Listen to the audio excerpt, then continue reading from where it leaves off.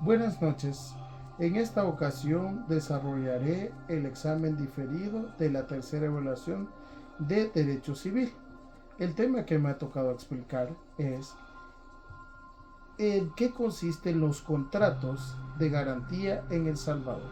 Esto es lo que explicaremos.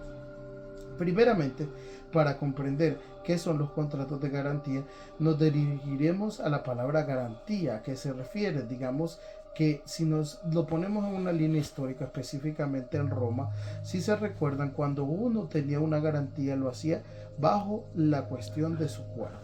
Obviamente el derecho ha venido evolucionando y los negocios jurídicos han venido cambiando. Ya no se puede obtener a una persona, o incluso hemos llegado al momento de que actualmente tampoco es una persona por un nivel de deuda excesivo se puede meter a la cárcel.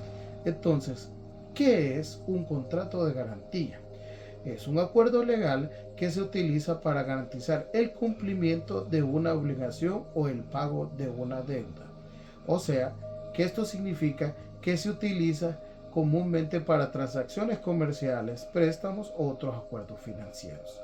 Hay que recordar que según la definición que acabamos de dar, para que este contrato tenga validez, tiene que en este caso cometer un error, o en este caso decir una causal o un efecto que la persona que se ha comprometido en el contrato no pague.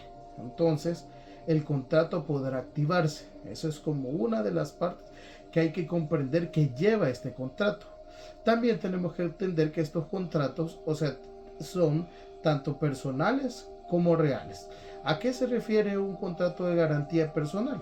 Es un acuerdo legal que una persona se compromete a garantizar en el cumplimiento de una obligación de pago de otra persona.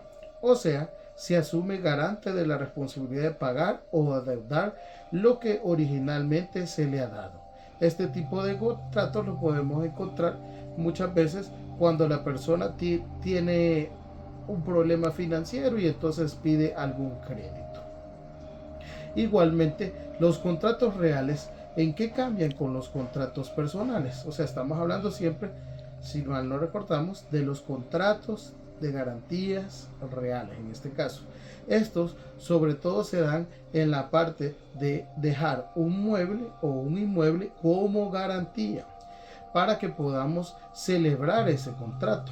Entonces, si nos fijamos que los contratos al final de garantía, como repetíamos, son acuerdos legales que la persona está o se obliga a pagarlos, entonces podemos mencionar algunos existentes aquí en El Salvador.